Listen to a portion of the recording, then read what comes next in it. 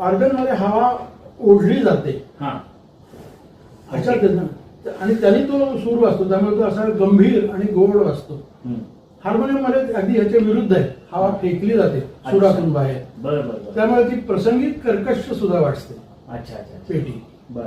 हा फरक आहे. त्यामुळे मग नाटकांसाठी हा ऑर्गन आणि मैफिलीसाठी हार्मोनियम हे गणित बसलेलं. अच्छा अच्छा. मग तुमची पहिल्यांदा बोटं कधी पडली ऑर्गनवर? ऑर्गनवर पहिल्यांदा बोटं साधारण 94-95च्या आसपास ऑर्गनवर बोटं पडली. त्याचं असं झालं, डॉक्टर क्षमा वैद्य म्हणून त्यांची शिवरंजनी नाट्यगंगा नावाची संस्था होती, प्रयोग करत असत संगीत नाटकांचे.